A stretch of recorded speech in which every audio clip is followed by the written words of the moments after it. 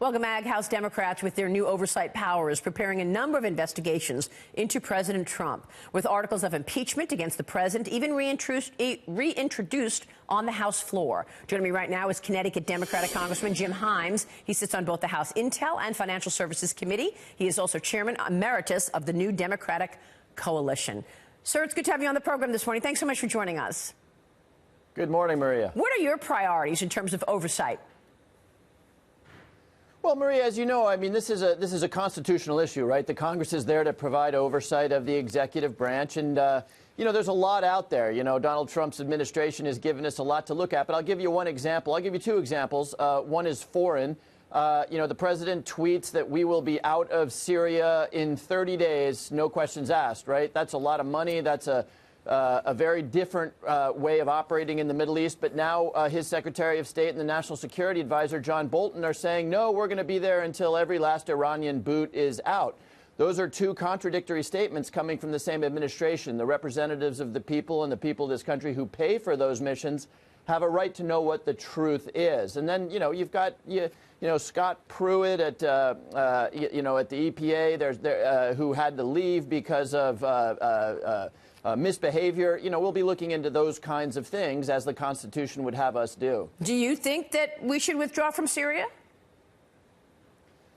You know, I'll tell you, I'm not a fan of this president, but I have always liked the fact that he is instinctively skeptical of having our troops on the ground in the Middle East. I don't think anybody wants a repeat of what happened in Iraq. I would not have done it the way that President Trump did. I think we've got to protect our Kurdish allies. I do think we've got to be in a position to push back against the Iranians and the Russians. But look, over time, I think we should be trying to reduce the number of Americans on the ground in places like Syria and Iraq and Afghanistan rather than increase those numbers. Okay, so that's exactly what the president is trying to do. Let me move on to your role on the Intel Committee, sir, because we've covered this a lot for the last year and a half, and we know that there was real FISA abuse, where the FBI did not tell the FISA judge who paid for the dossier that it was a political document, etc. Are you going to pursue that? Are you going to seek the truth there?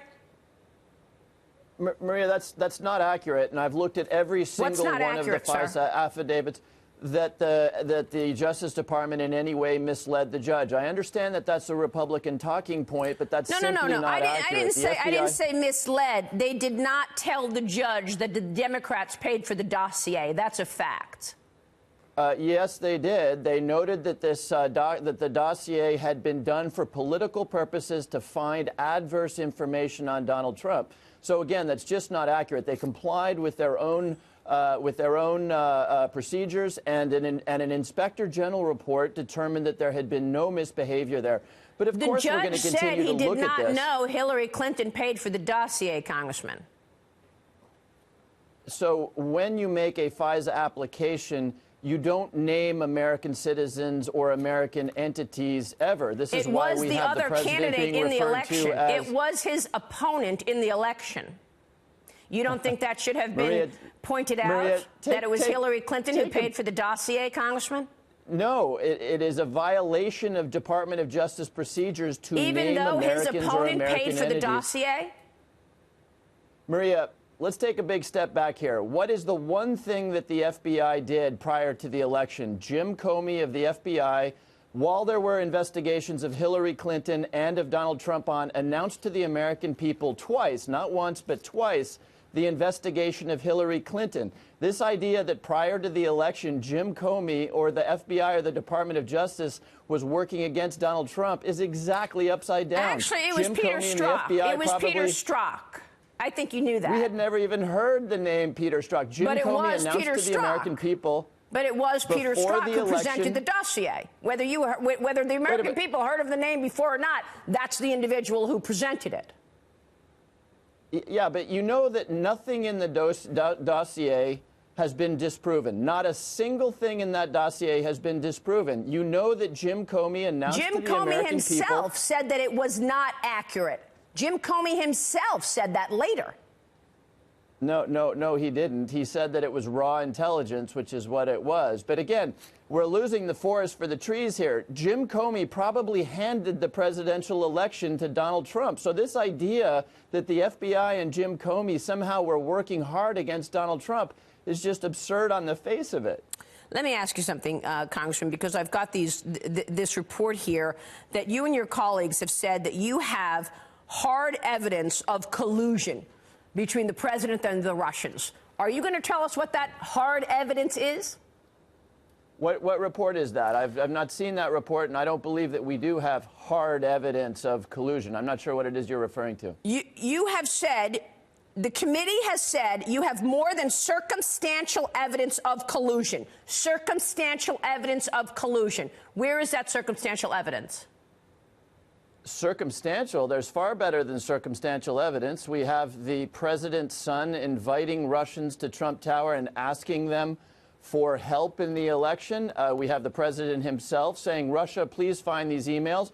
We have 4 or 5 senior Trump administration and campaign officials who are going to jail for lying about their contacts with Russia. And we learned in the last 48 hours, of course, that the FBI was concerned that the president might have actually been working wittingly or unwittingly for the Russians. So I don't know what your definition of circumstantial is, but knowing the activity on the left, Congressman, let's be honest here. We know Tony Podesta, John Podestra's brother, worked actively to stop the administration, from putting sanctions on Russia and Ukraine. We know that Hillary Clinton worked with Russians in terms of that dossier. Are you going to pursue that circumstantial evidence the way you say you have this circumstantial evidence? I only bring this up, Congressman, because this has been a circus of this, constant talk of collusion in the zeitgeist, and we still have yet to see any real evidence. So at some point, the American people need some honesty. Well, first of all, I don't think you can point to a single example of dishonesty out of the Mueller investigation. I can point to lots of people who are going to jail. No, but you said you have circumstantial evidence that Donald Trump colluded with the Russians. I have not heard it yet. I'd like to hear the facts. Are you just saying that to put it out there in the zeitgeist so everyone's sort of thinking, well, maybe, maybe not? But the truth is, there's nothing. And there hasn't been anything for a year and a half, Congressman. Okay, let me try one more time. The president's son invited Russians to Trump Tower and asked them for help. The president asked Russia for help. Actually, I believe the story is that they contacted Donald Trump Jr. He didn't contact them. They contacted him. So you've now twice asked me the question. Do you want to hear me answer it? Yes, please. Go ahead.